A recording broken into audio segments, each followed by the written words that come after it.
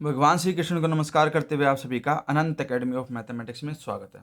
देखिए, sequence and series में मैं जो कराने जा रहा हूँ, अब ये आपको सारी की सारी थ्योरम्स कराने जा रहा हूँ जो इम्पोर्टेंट है और जो प्रीवियस ईयर में आ चुकी हैं। ये फर्स्ट थ्योरम है आपकी सीक्वेंस एंड सीरीज में। Every non empty subset of real numbers which is bounded below has a real number as its इन्फिनिमम।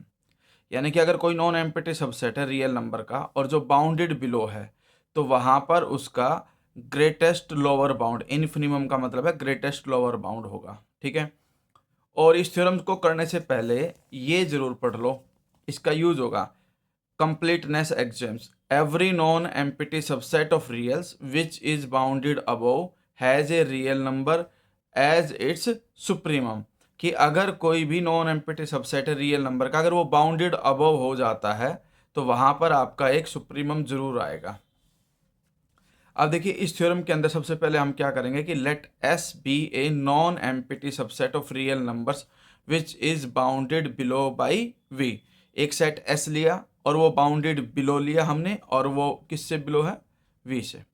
इसका मतलब एस का हर एलिमेंट ग्रेटर देन और इक्वल टू वी होगा, और ये कंडीशन लिख देना, X is greater than equal to V for all X belongs to S.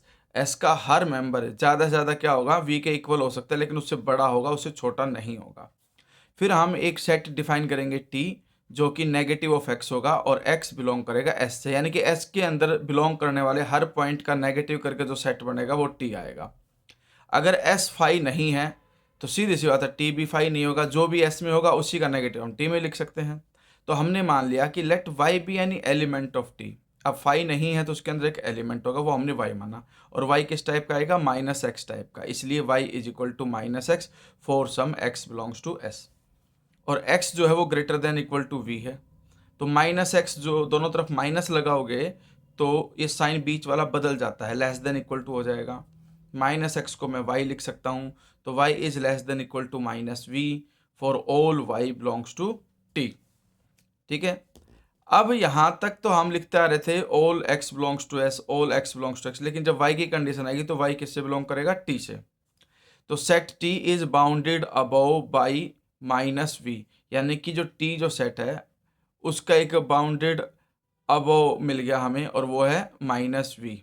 यानी कि वाई का हर एलिमेंट वी माइनस वी के लेस या उसके इक्वल होगा। तो कंप्लीटनेस एग्जाम्स जो है रियल की, वो ये कहती है कि T has least upper bound, कि भाई लीस्ट अपर बाउंड जरूर होगा, और वो हमने क्या मान लिया? Minus L be the least upper bound of set T. अब लीस्ट अपर बाउंड का मतलब ये है कि अपर बाउंड तो है ही वो, लेकिन जितने भी अपर बाउंड्स हैं उन सब में सबसे छोटा अपर बाउंड वही होगा, और अपर बाउंड के डेफिनेशन के अकॉर्डिंग टी के अंदर लाई करने वाला हर पॉइंट माइनस एल के इक्वल या उससे लेस होगा, क्योंकि अपर बाउंड है। y की वैल्यू माइनस एक्स रख दी, जैसे माइनस से माइनस करूंगा तो sign greater than equal to का बन जाएगा, यानी कि अभी तो x less than equal to ये है, फिर x greater than equal to l हो जाएगा for all x belongs to s। तो इस तरह से हमारे पास जो l है वो lower bound of set s आ गया, क्योंकि s का हर एलिमेंट अब greater than equal to l आ गया, तो l क्या कहलाएगा? आपका लोअर बाउंड। अब हमने क्या किया, एल डैश कोई और लोअर बाउंड मान लिया हमने कि भाई एल डैश भी यानी अदर लोअर बाउंड, और लोअर बाउंड के डेफिनेशन के अकॉर्डिंग एस में लाई करने वाला हर point greater than equal to L dash होगा। फिर दोनों तरफ माइनस लगा दोगे, बीच का साइन चेंज हो जाएगा, minus X less than equal to minus L dash for all minus X belongs to T. अब यहाँ पर माइनस एल डैश जो है वो आपका अपर बाउंड हो गया सेट टी का, क्योंकि टी के अंदर लाई करने वाला हर element L minus L dash से लेस और इक्वल है। तो इस तरह से हमारे पास ये कंडीशन आ गई, भाई एल आ चुका था एक, और एक माइनस एल डैश आ चुका। तो माइनस एल जो था वो तो आपका लीस्ट अपर बाउंड था, यानी कि जितने भी अपर बाउंड है उन सब में लीस्ट, लीस्ट का मतलब जो ये अपर बाउंड आया ये भी अपर बाउंड, तो माइनस एल इस एल डैश से लेस हो जाएगा। तो minus L is less than equal to minus L dash, negative से नेगेटिव कट करोगे तो L is greater than equal to L dash.